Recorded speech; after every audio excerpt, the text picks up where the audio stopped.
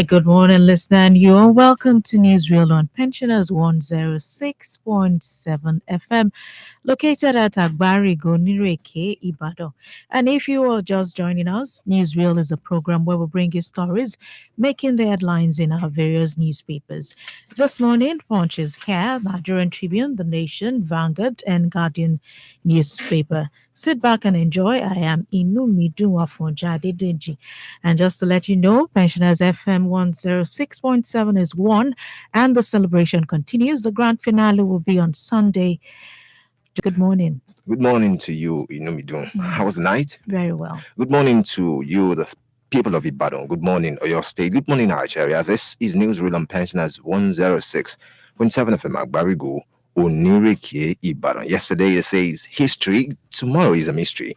Today is a gift of God, which is why we call it the present. We're happy to see another beautiful day. My name is Babafemi, Obideyi, and to let you know that because of the COVID-19 lockdown and of course the protocols we are to observe, we cannot flout that. So there would be just an in-house thing, our celebration. All you need to do is to celebrate with us, and of course come greet us. We have available slots for sterling greetings where you can participate with us, and of course follow us keenly on our social media platforms.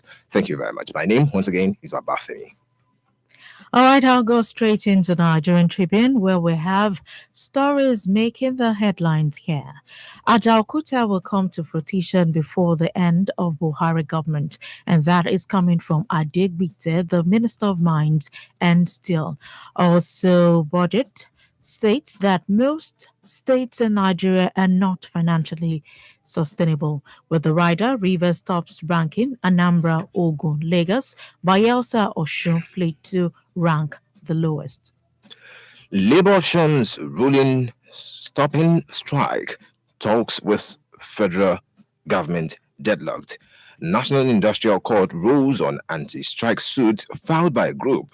We don't know them. They are not our employers, says Waba. That's the major headline coming from the Punch newspaper. Makinde Okowa Zulum Dambata bag 2019 Zik Prize for Good Governance. Ekiti APC suspends Ojudu, 10 others indefinitely.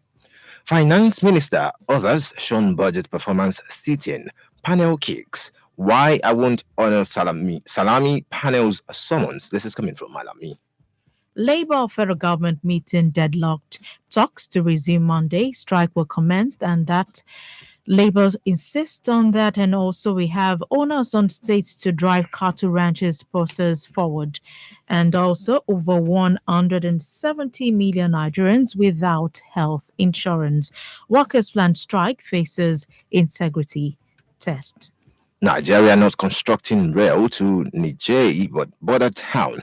Presidency. 80% of petroleum tankers lack safety features. This is coming from Oman. INEC meets Ondo monarchs, 6 prayers, advocates peace. Now to the Guardian newspaper. Lagos Assembly considers 21 years jail term for convicted cultist. Also, Nigerian Sada more frustrated than ever, and that is Kuka to President Muhammadu Buhari. EFCC recovers unremitted 4.16 billion naira from lottery firms. Flooding, dredge the sealed River Niger. Abdulrazak tells federal government. Stray bullets kill 2 as Ogun land grabbers police clash. Ekiti APC suspends Buhari's aid, Tinubu's in-law, 9 others. Nigerians abroad write EFCC, SGF Ministry over alleged corruption in embassy. Also, new United States policy to ban Nigerians, others from 4-year varsity degrees. Nigerian collecting illegal $36,000 per month from ship owners. This is coming from Amechi. Insecurity. Federal government faults British MPs can. So Capo back UK lawmakers. We've recovered 4.16 billion naira unremitted revenue from lottery firms. EFCC.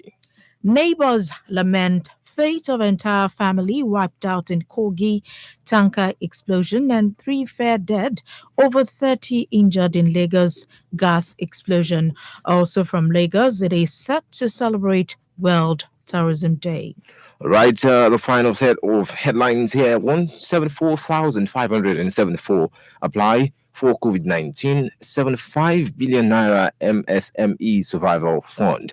That is what you have. And 30 injured, 23 buildings, event center, vehicles raised in Lagos gas explosion. And on the front page of the Punch newspaper right here, we have the picture of the sad event from yesterday. Now, from TUC to the federal government, you cannot fund Kano to Niger Rail Line with Chinese World Bank loan, and it has a rider, Nigerian Building Rail Line, to designated border point, not into Niger, and that is coming from the presidency as a reaction. So that coming from the TUC. Also, Nigeria at 60, celebration begins. Also at Anga, Buhari lists benefits of Kama in anti-corruption fight. We'll go on a short break now, and when we are back, we'll bring you details of the stories. Don't go away.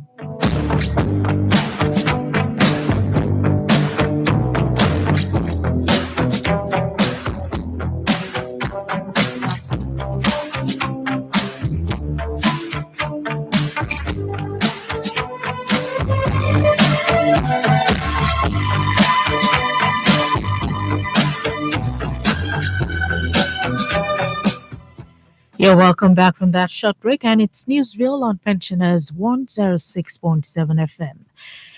Makinde to audit Oyo local government chairman. Governor of Oyo State, Sheyi Makinde, has inaugurated a committee to audit the performance of the current caretaker chairman across local government councils in the state. The committee inaugurated at the Government House, Ibadan, has Professor Kolapo Amzat, Mr. Richard Akintola, Joseph Olaitu, and State Commissioner for Local Government and Chieftaincy Matters, Bayo Lawal, as members, while former Senator Monsurat Zumonu is to serve as chairman. Inaugurating the committee, Makinde said the report of the Subono-led committee is expected to guide the state government and the People's Democratic Party in determining which of the existing chairmen has done well enough to stand for the forthcoming local government elections in the state.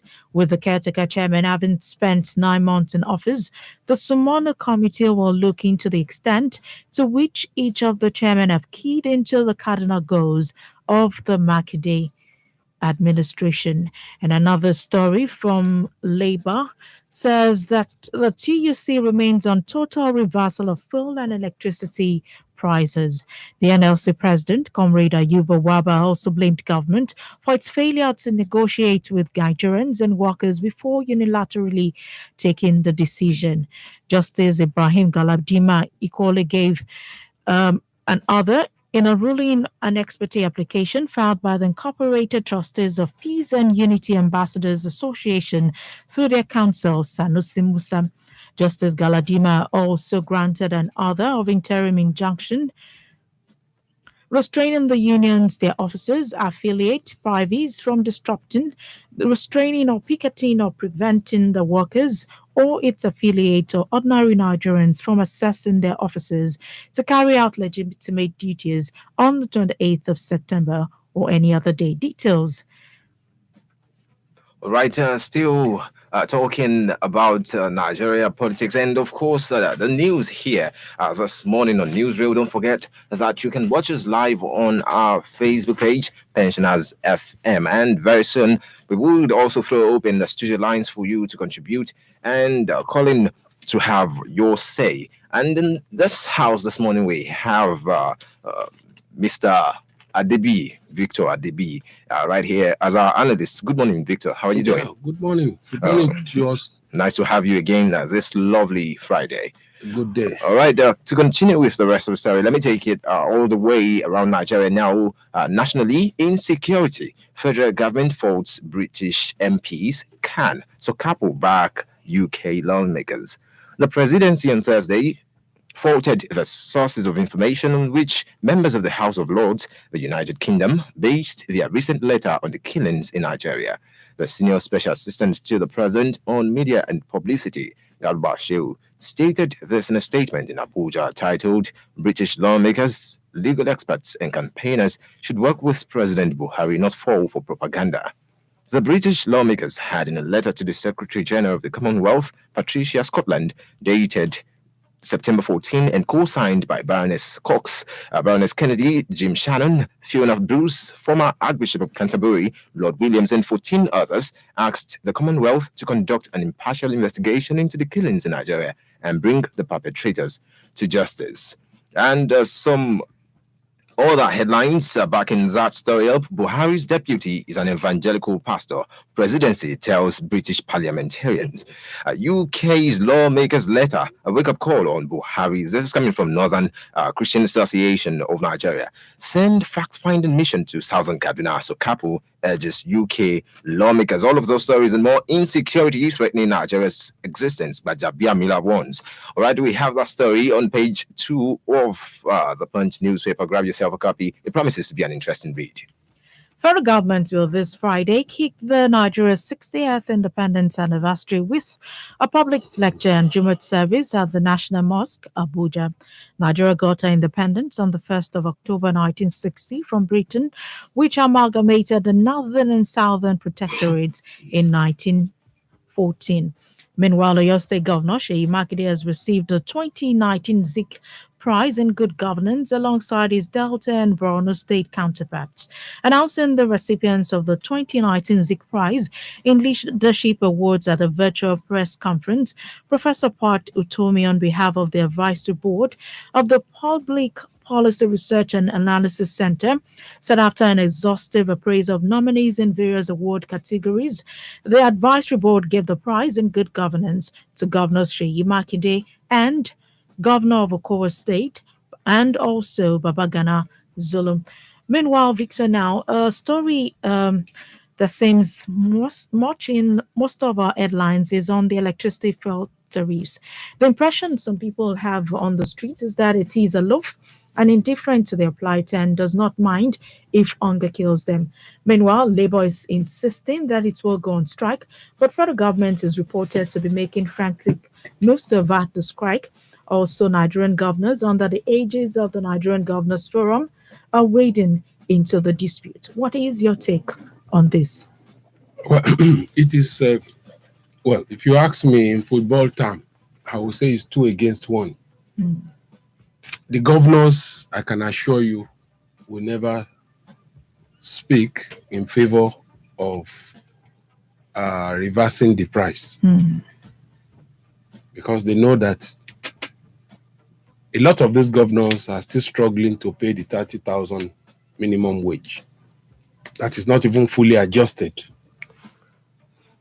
On the other hand, the federal government, like I've said repeatedly on several platforms, when I have opportunity to hear my personal view about this issue, I don't see this government, this civil regime that we have, reversing anything. So if anybody is daydreaming it, I think they better sleep again and wake up tomorrow morning, because I don't see it happen. I can put a bet on it.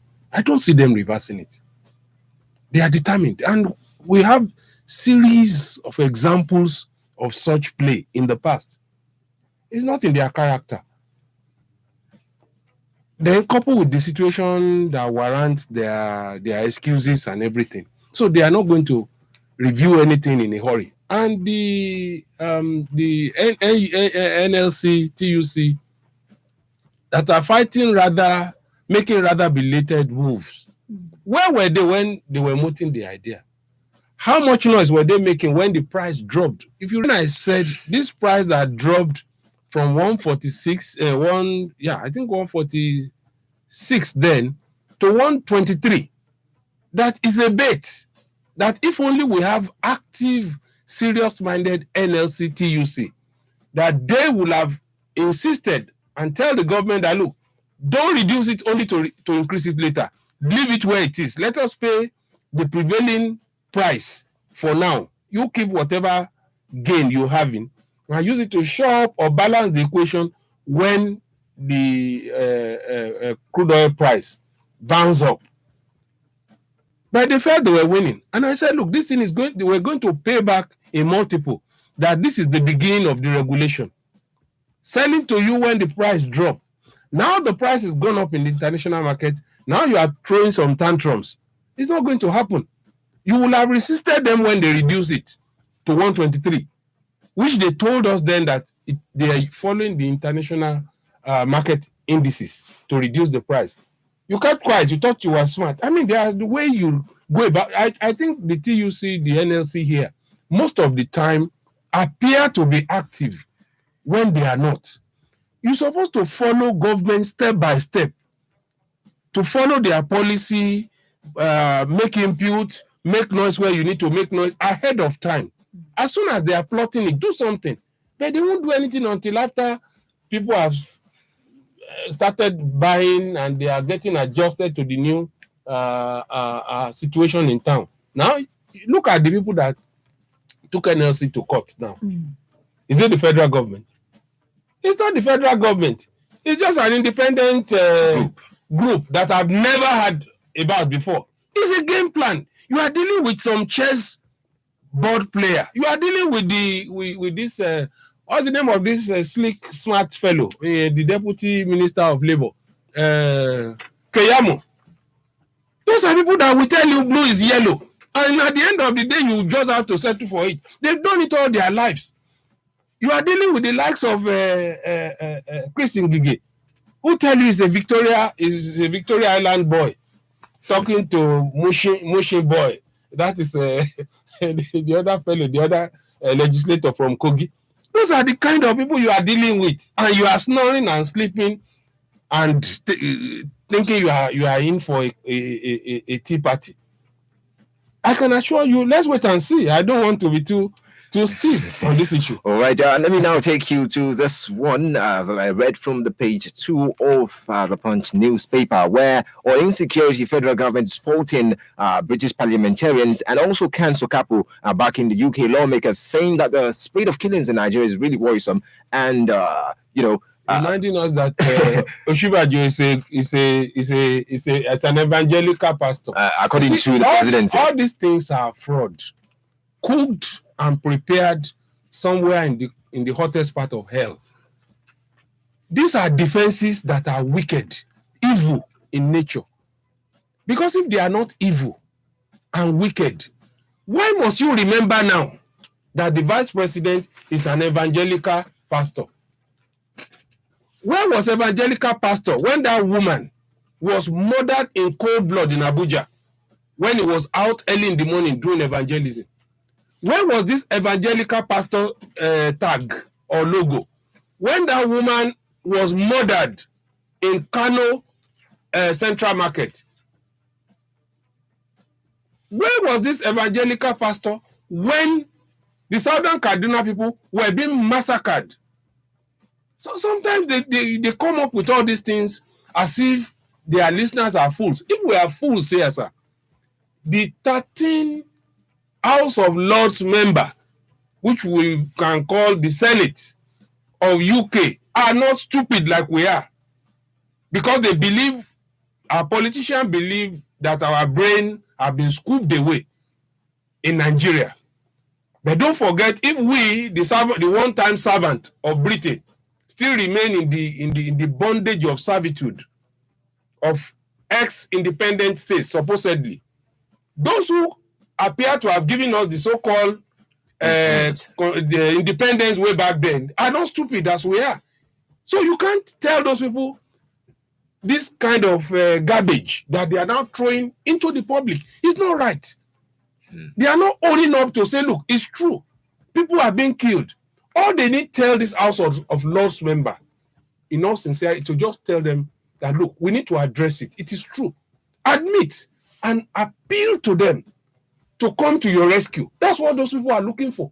All they will do is take the news to their floor and discuss the Nigerian trouble and say, look, the president personally called us and he offered to hold meeting with us that they need military hardware and some military intelligence to work with the Nigerian military to bail them out of this doldrum, rather than putting up all those baseless excuses that they are not building any case, but rather they are further destroying the non-existing trust that we already have. Imagine when you are destroying what you don't even have.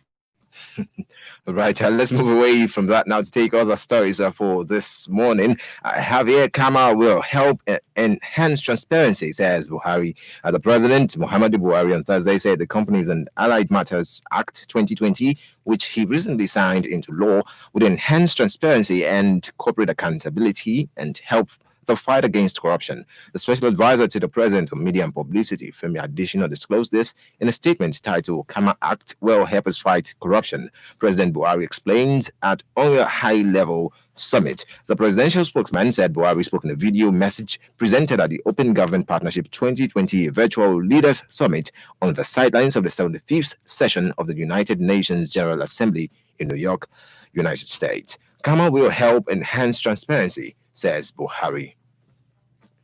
You see, on this karma, let me quickly say something. You see, I will quickly link this karma to this petroleum subsidy thing.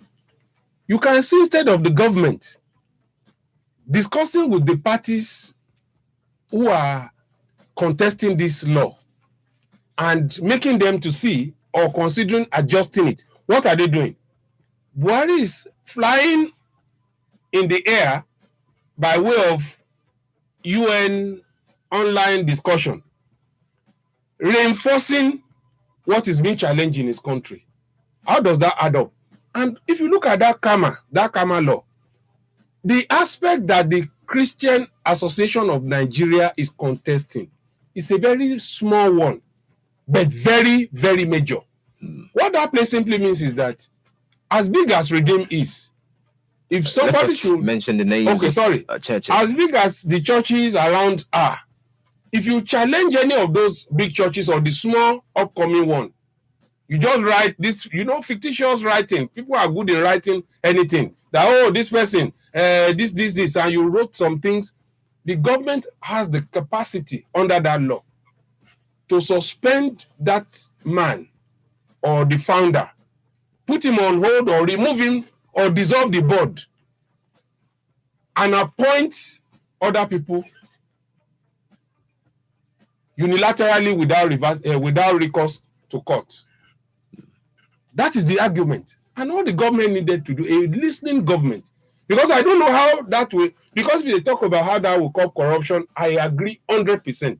Because a lot of these founders are living larger than life at the expense of the people. We all know that. It's good. But when you have to do some things unilaterally, that means this is the insecurity side of that law. That means today, if a Christian, let me use the one that is not likely going to happen now. If a Christian is the head of that body or that corporate and allied body where those things will come from, and he happened to be a Christian, and in a particular mosque, there's a petition and there's some story, and something happened, and the man from that place decided to remove the man unilaterally. I can assure you there will be mayhem, there will be trouble, there will be commotion. It will become it's because he's a Christian. That's why it's removing.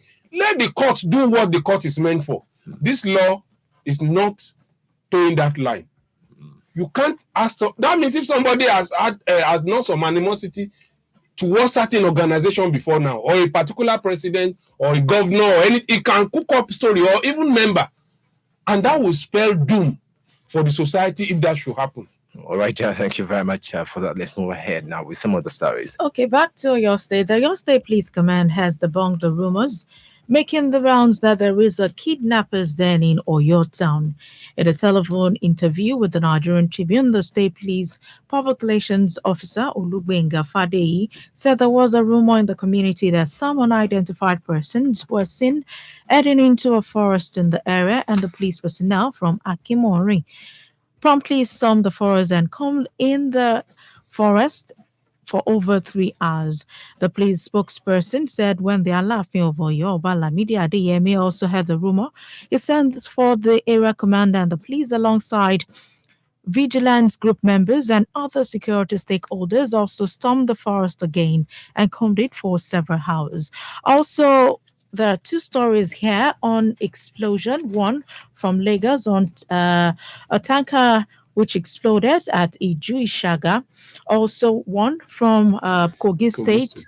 What's your reaction to the resurgence of tanker explosions back in Nigeria again? I was on a program yesterday and I listened to what the presidency said in response to the Kogi story. Hmm.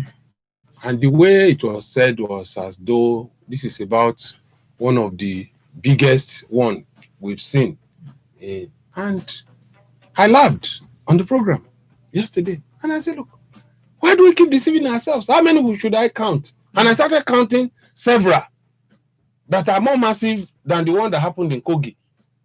And I said, look, these essay writers, they needed to be taken to some classes for some brush up, that they are no longer in their secondary school where they debate just to win the prize, not for the points. When you're working with the presidency and you're working in government, you must debate and argue in the light of the prevailing point, because they are not going to mark your English the way they will do in debating and literary society, what they call them when we're in secondary school. You must mature your points. But unfortunately, we have press here in this part of the world that are indolent, lazy. Otherwise, such things, if you say them in those places, they will take you up on it. Because the person whom they said wrote it, whom they said it, most of the time we know it's not the one. Somebody just sat down and wrote it on behalf of the president. Now this one in Lagos has happened. Let's wait and see what they will talk, what they will say about this one. The Abule Adon is still fresh on our mind in Lagos during the COVID-19 thing, the NNPC pipeline. What are they going to do practically to mitigate against this? I said it yesterday. The number one thing I will expect a proactive, smart government to do at the federal, at the state level, is to begin to enact and enforce stringent vehicle inspection laws in Nigeria. Not the current roadworthiness paper everybody is giving without seeing a VIO. Even the so-called VIO don't even have a testing station.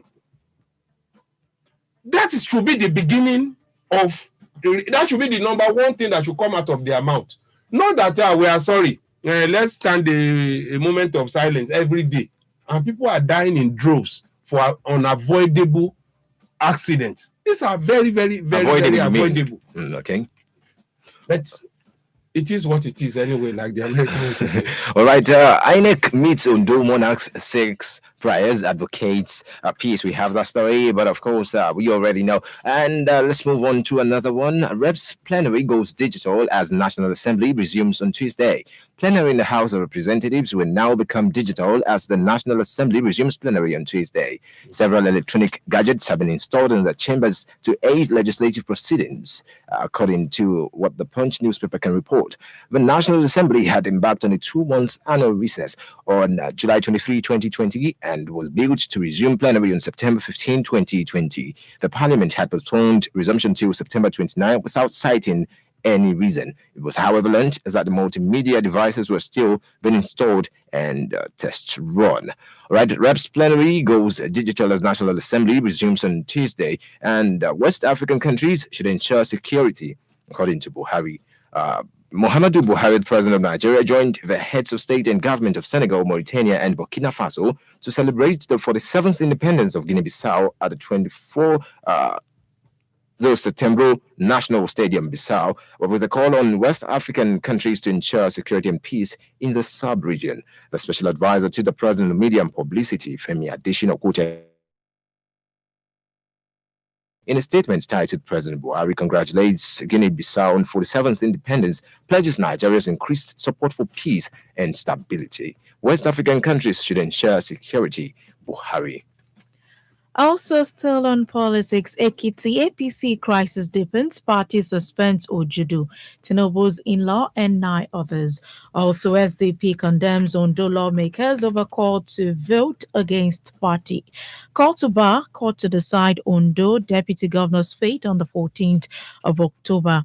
Also, Olukunle Adelaja joined race for Lagos East NAS by elections. And back to your state, I'll be a better governor in 2023. Who's that? The governorship candidate of the All Progressive Congress in the 2019 elections, Oloye Bayo Adelabu. All right, let's inform you, our dear listeners, that at this point you can call in to have your say on the program today. And of course, if you want to call the studio lines, 0908 111 1067 0908 111 1067. You can also call us on 0808 010 1067 0808 010 1067. We have this caller right here. Hello, good morning.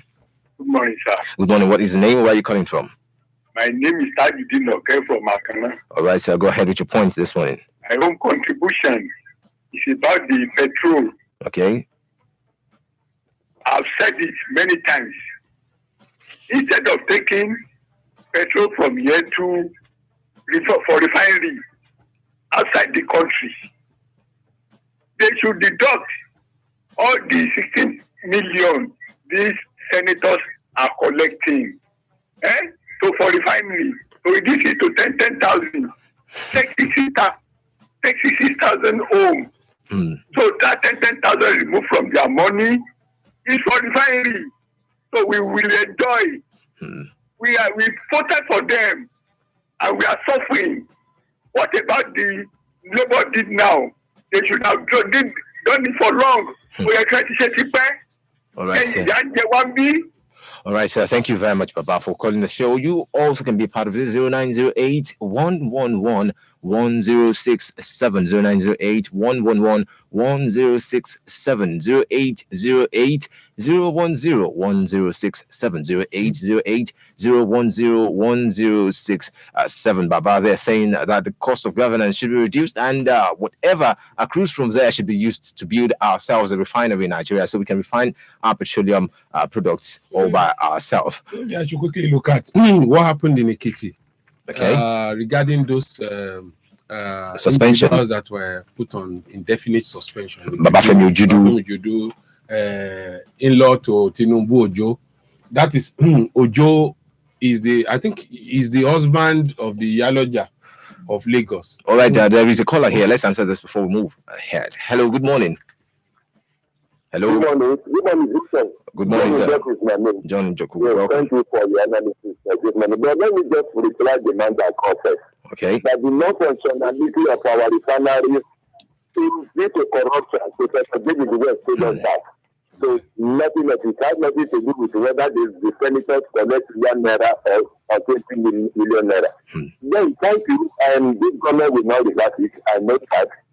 They have voted before that there is no reverse, that they will not go back concerning the division they have taken. And when you take the different court pronouncement, it's just like it found that because of Jacob. But it is a record that the same government that disobeyed several court orders, and they now want to the Nigerian Labour Congress that the only use it to now act back.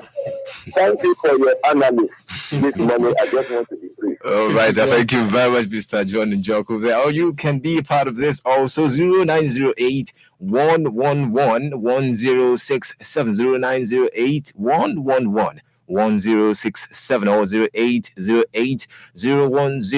1067 0808 010 1067. Don't forget that you can go on our Facebook page and drop your comments. Definitely, we will take that for this morning. All right, round up your thoughts. Yeah. So on the suspension in Ekiti, I need to go back and understudy the details.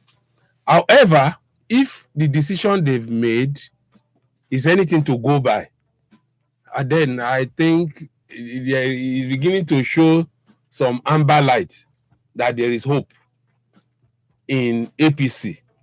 If they can suspend Tinubu's in-law, the husband of Olashade Ojo, who is the Yaloja of Lagos, if that connection is true, and Ojodu, Babafemi Ojodu could be suspended as well, and then coupled with other very important key individuals there for whatever offense they have committed. If they can maintain that line of discipline, the way they have also succeeded in benching Osho Lion in the Esako Powerful Man, if they've been able to do that and they can continue to axe down that way sincerely, not with some selfish motive. Because let's wait for reactions and counter reaction that will come after this. But if they can toe the line in sincerity, with fairness, and they can also translate that to the Nigerian state as a party, where the EFCC is no longer chasing after those who are against their government, and they are equally doing that to both their friends and foes, then it means we are going somewhere. All right, 24 minutes before 8 o'clock on Pensioners 106.7 Agbarigo, Niri But you're still listening to Newsreel, which is our newspaper review on this channel. A lot of things we have discussed this morning, but you can be a part of it on 0908 111 111 1067 or 0808 010 1067. Hello, good morning. Good morning. Good morning. What is the name? Where are you calling from? My name is Mr. Favor from Adedeji. Mr. Favor from Adedeji. Thank you for calling. Silver from Adedeji. Oh, okay, sir. Go ahead. Well, my own take is about the NLC. Remember, a few days back, I talked about the possibility of them actualizing their dream of constructing government to go back to the mass life. I think one of the analysts here said it will be possible because after all, during the Jonathan own, they made it was possible the Zelensky did it. And I told him that this president else, they are just like a bulldog. Okay. Bulldog. Yes, if we can remember. But I want you to understand this. There's no going back because this government is inclined. This particular government is going out with a military spirit. And that is why anything they do it with impunity. So going back to revise to that old time, it is not possible. Jonathan was a civilian. He has never experienced military something before. And that is why anything they asked him, and he was human, very human. It's not that this government. So that's what I'm saying. There will no way these people will go back. Anything they, in fact, they are contravening the constitution, everything they are doing. I don't know. I don't really understand. It's only God as well. All right. Thank you very much. You can be part of this morning. 0908 111 1067 0908 111 1067 and 0808 010 1067. All right, Victor, I want a quick reaction to this story before we go this morning. 13 of 30 state governments were not able to meet their recurrent debt obligations from their total revenues in 2019, according to the 2020 Fiscal Sustainability Index report of Budget of Civil Society Organization. Rivers State occupies first position on the index, followed by Anambra, Ogun, and Lagos. Most of the 23 still fall below the sustainability point, among which 8 which had really low, less than 6 billion excess revenue, had to borrow heavily to fund their capital projects. Oyo, Kogi, Osun, and Ekiti are the most unsustainable states, with others in the categories include Plateau, Adamawa, Bauchi, Gombe, Cross River, Benue, Taraba, and Abia by Bayelsa, Osun, Ekiti, and Plateau occupies the least position. You see, I've said it time and time again that governance is simply one thing: creativity. Governance, leadership, home headship, if there's anything like that, is creativity. You can never be a good husband without being creative in your home. I'm talking of you, your wife, and your kids. If you cannot be creative in managing them each day you wake up with them, you are doomed to fail. People who have not succeeded in managing their wives, it's in Nigeria you will see them managing a local government. You will see failure. Who can manage one single woman? You see him managing a state. You will see him managing a country. So the disaster will only metamorphosize and multiply and amplify. And the ripple effect will make you and I on the street to cry because they can't think creatively. I'll give you an example that shocked me very recently. In this state we are in, for example, I'm sorry to use that example, but we've got to put the truth on the table so that somebody who hears it will make necessary adjustment. I think the commissioner for environment or one of the ministry that has to do with the environment said, oh, they won't encourage street trading, people trading on the road, blah, blah, blah. They gave a deadline. And people were already warming up to comply with it. I was shocked when I heard the government say, we won't ask them to leave the road until we can provide a place for them. It's gross irresponsibility, sir. With all due respect. What is should be most in the government I know all over the world, the number one thing that should be uppermost in their heart is the safety of people on the streets. The moment you say that, you are weakening you are weakening the power of your commissioners and the directors or whoever you have appointed. It's like you are giving them with one hand and you are taking it away with two hands. When you delegate power to people to act, let them act fully and act well. All you need to do, even if you are going to tell the commissioner behind and say, wow, don't throw all of them away in a hurry, just do it in a way that, politics or another 4 years ahead of us. So, not that I should say it in the open and it will go into the press. When I heard it, I said, if tomorrow now a trailer, all these trailers without brake and all this Micra without brake all over the place, will run over some people in the market. The same government will come and say, oh, we are sorry, we'll send compensation of 10,000 naira to the family. That is not governance, sir. I'm against such. It's not right. You should be able to grind in, digest your policy before you throw it in the public space. How will such government be able to come up with constructive idea on how to amplify their IGR? Somebody was able to do that and demonstrated it, and the guy is still enjoying that power till tomorrow. Who? Tinubu. The thing that makes Tinubu great is just one thing. I lived in Lagos all my life. It's just one thing. Obasanjo boxed into a corner with this Abuja largesse monthly allocation.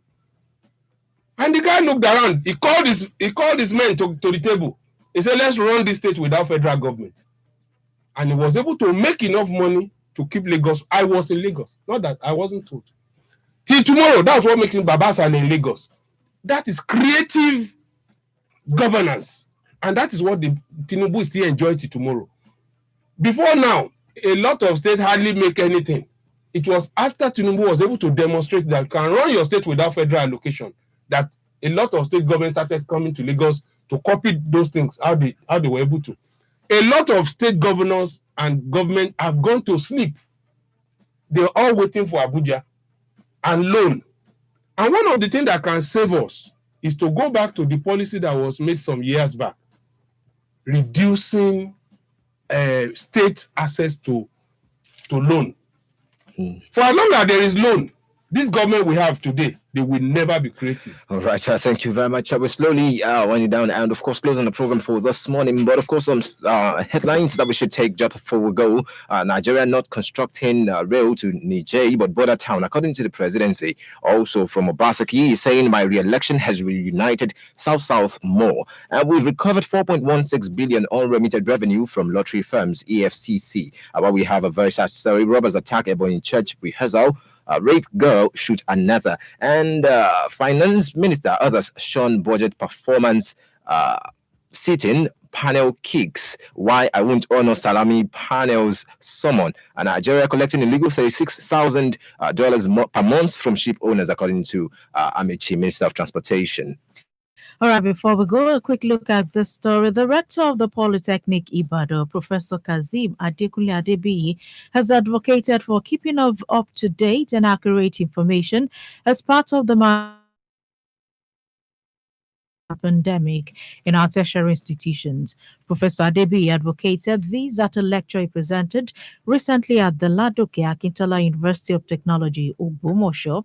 Professor Adedeji presented a paper on staff and staff relationship under the new norms and values in education delivery after COVID-19, stressed the need for tertiary institutions in the country to provide transparent communication in their day-to-day activities as part of strategies to curtail the COVID-19 pandemic in Nigeria. This is coming from the Public Relations Officer, Sholadoyi Adewale. Special thanks to you dear listener, for being part of Newsreel on Pensioners 106.7. Callers into the program. We appreciate you. And analysts, thank you for your thoughts and submissions. Enjoy the rest of your day. I am Inumidun. Afonja Adedeji. And all right, special thanks to everybody who listened this morning. I would say before I go that a man dies in all who keeps silent in the face of tyranny, according to Professor Wole Soyinka. Thank you once again, Mr. Adedeji, Victor Adedeji, for honoring us on the program this morning. All right, we'll return again tomorrow with our pidgin version, Yan Mitori. Don't forget to keep it a date with our colleagues. And of course, we'll see you again sometime next week. Thank you very much. My name is Babafemi Obideyi. Have a productive Friday.